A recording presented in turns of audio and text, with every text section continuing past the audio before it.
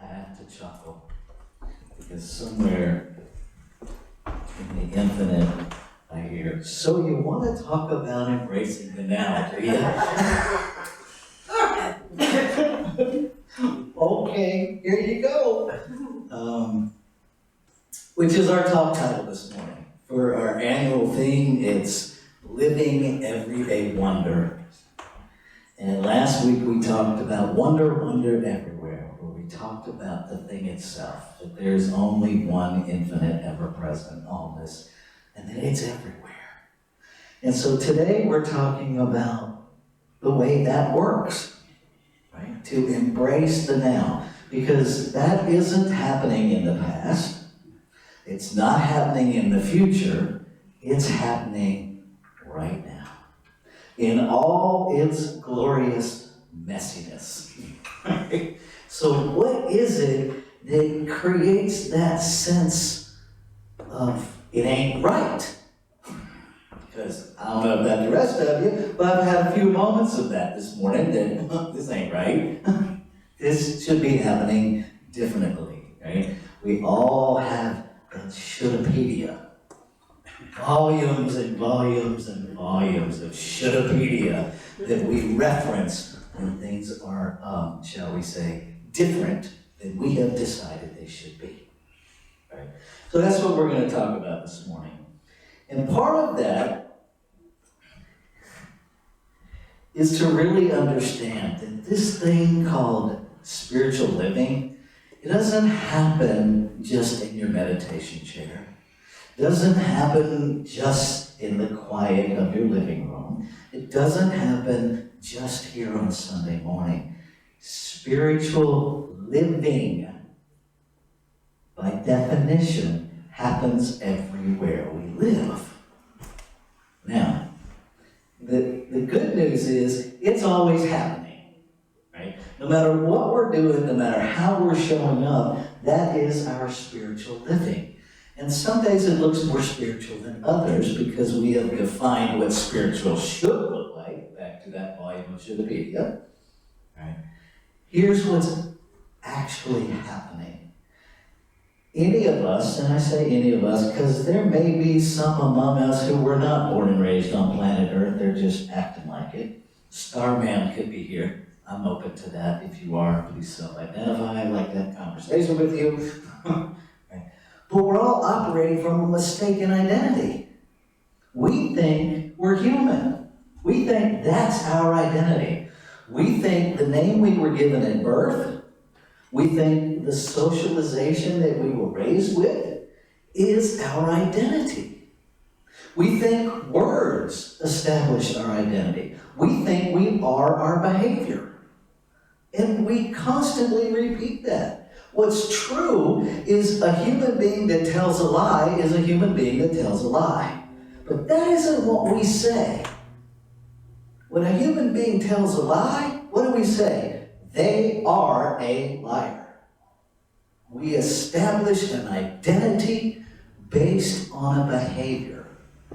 Now, most of us are walking around with a whole lot of identities, right? On any given day, on any given social setting. I have one identity when I'm with my wife. I have one identity when I'm here at the center. I have another identity when I'm with my parents. I have a whole other identity when I'm with my kids. No wonder we're confused. We don't know who the heck we are. The other lie that continues to operate is this nonsense that everything happens for a reason. As if there is something outside of us that is our master professor, that is constantly teaching us something by wounding us. It isn't true. It isn't what we teach, and it isn't true. Now, there's another way to interpret everything happens for a reason. And if we understand how it works, well, that phrase can actually be accurate. Right? If we understand cause and effect, then we begin to understand the reason everything is happening. Not that it's happening to teach us something, but an actual explanation of the reason things are happening. Cause and effect. Thought produces things. Cause and effect. Does everything happen for a reason? Yes. The reason is our thought. The reason, quite honestly, is our reasoning. And that's where we really get into trouble. Because most of us are operating from conditioned language that we've never examined. Never examined. Right? How often, if somebody says to you, I love you, do you know what that means? Not really. You know what it means when you hear it. You might even know what it means when you say it. But unless you check in with the person that just said it to you, you don't have any idea what it means. Because you haven't asked them, what does that mean to you? When you say, I love you to me, what does that mean to you? When someone says, I'm really angry, great, they're communicating. But do you really know what that means when they say it in that moment? Probably not. We have our own filters that instantly go to our understanding of anger, what it means, anger's a live wire too, because we all have this idea, where is it going to go now that somebody's angry? And if we were raised in an abusive environment, we can't be present with somebody's anger because we're duck and cover. I have to take care of my stuff now. Right? What if we just simply said, thank you for sharing that with me. What does that mean to you? Tell me more. Tell me more.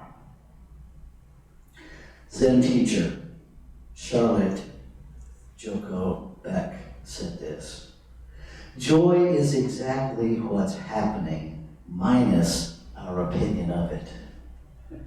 Did you catch that? Minus our opinion of it. Our opinions are the expression of our volumes of Showpedia. Our opinions are based in how things should be. And it takes us from being present with what is.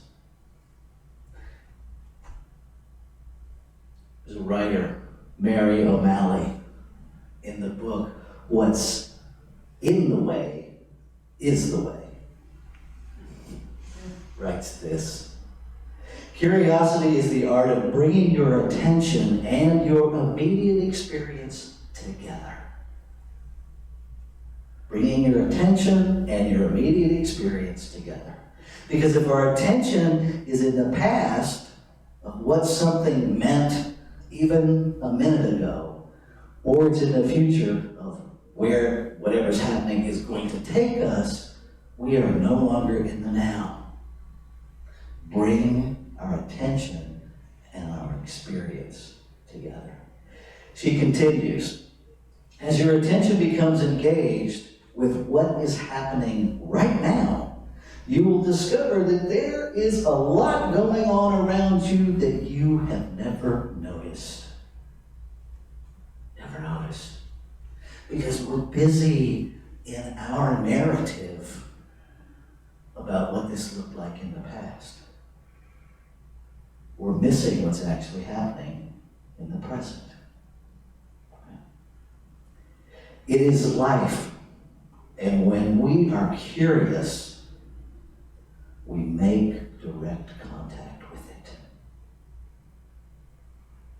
See, every time we step out of the moment, we step out of direct communication with life itself.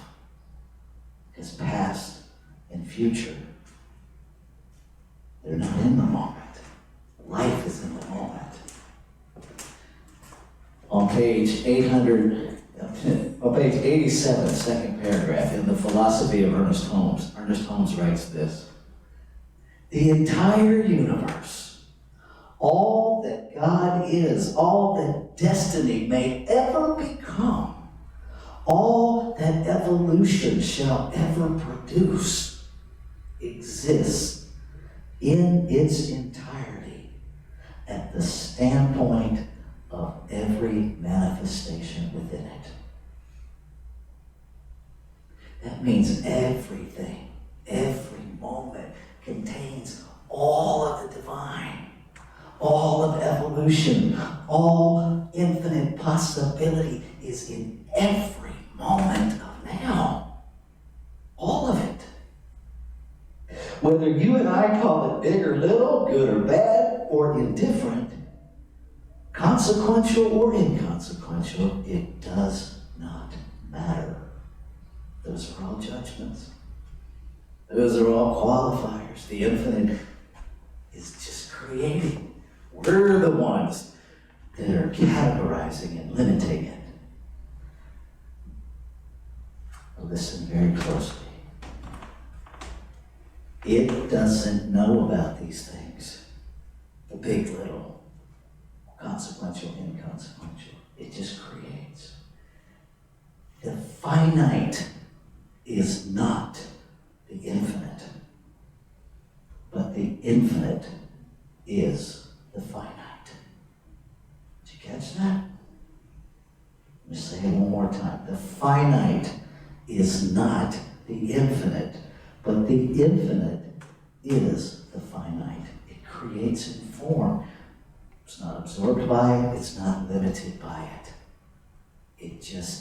That is just the infinite in an individualized form.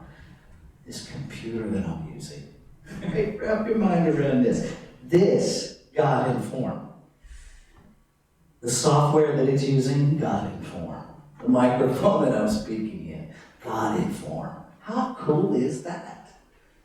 Right? Because if it's everywhere, it's everywhere. If everything is made out of it, it has to be that way.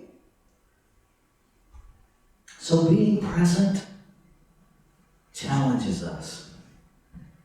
It takes us to a practice of observing. What story am I writing? Right? We have to first observe that, I'm writing a story about what's happening, and take dominion over our thoughts. We are a new thought teaching. I dare you to have one. I dare you. Because if you won't have a new thought, nothing's going to change. Now, this idea of embrace the now.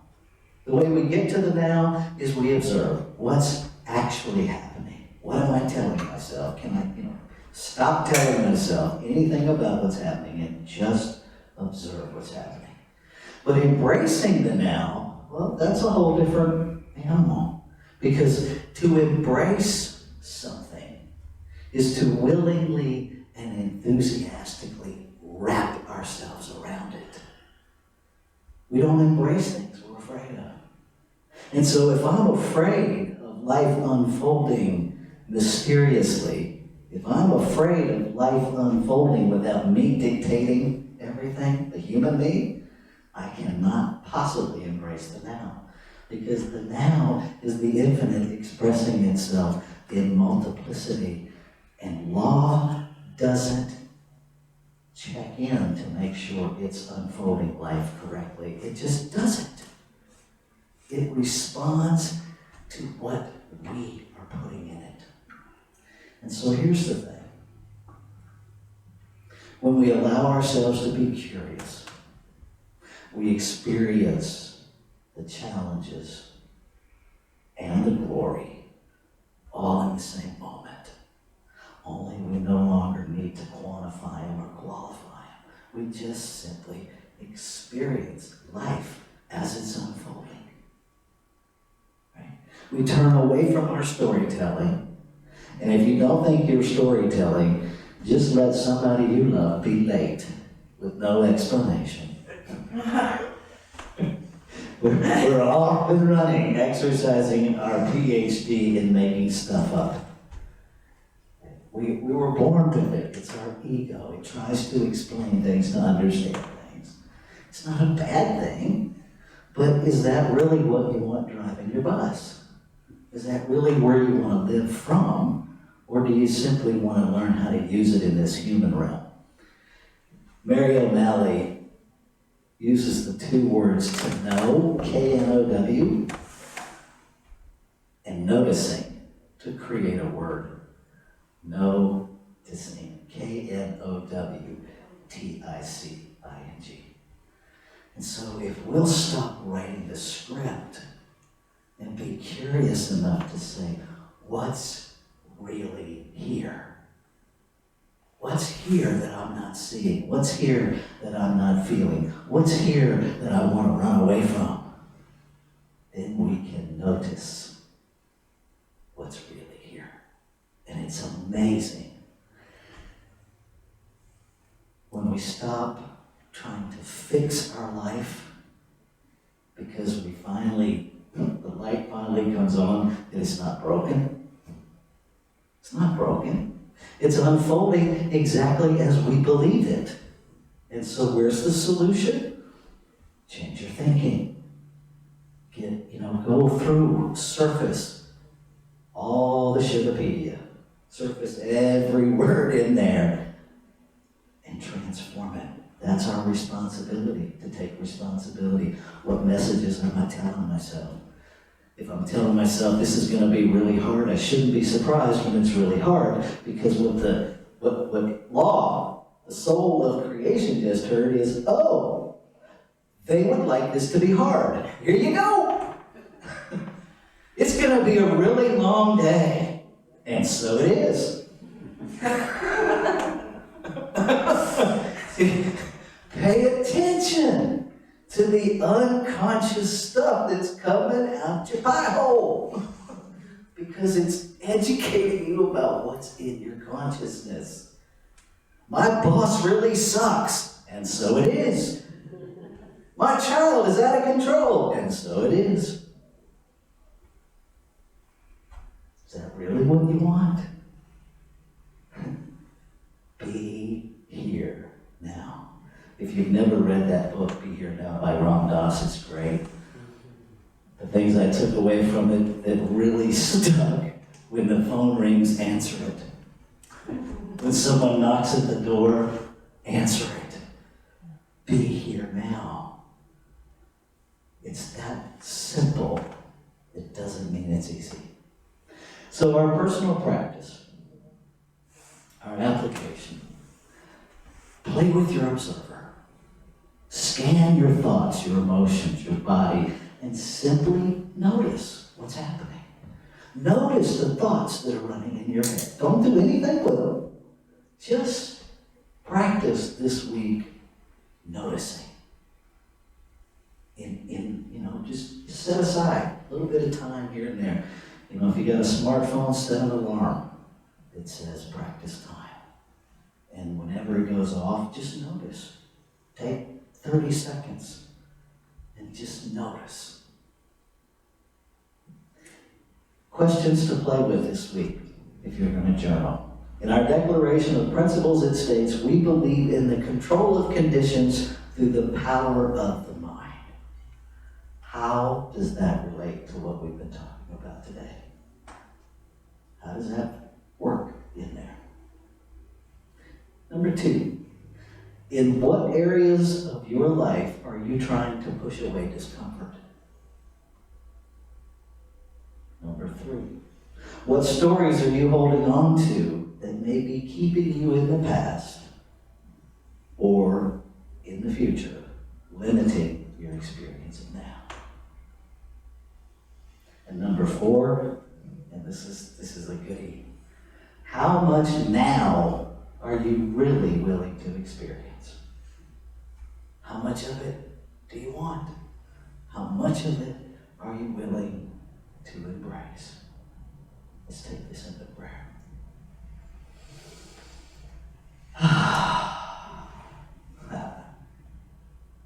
So with the breath, recognize it is the breath of life, breathing its host that I know is me.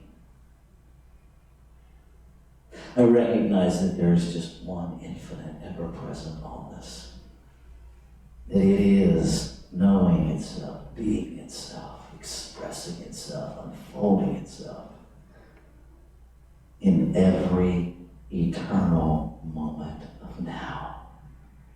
That it creates out of itself, by itself, to be itself. And so all life must be it, must fully contain all that it is. And so I know that its life is my life. That this thing I live is the life of the infinite. And what is true of me and the truth of oneness must be true of all life. And so I speak my word, claiming and affirming a leaning into, an embrace of, an awareness of, an observation, a full participation in now, and now, and now. That I release any attachment to what was, any attachment to what will be. And I simply stand in the presence of infinite possibility of now. Grateful. Grateful to feel all of that move through my being. Grateful to release the word into the activity of fulfillment because I know it's already done. So I can comfortably, confidently let go and let it be. I invite you to wrap yourself around this word. Embrace the now, as we say together. And so it is.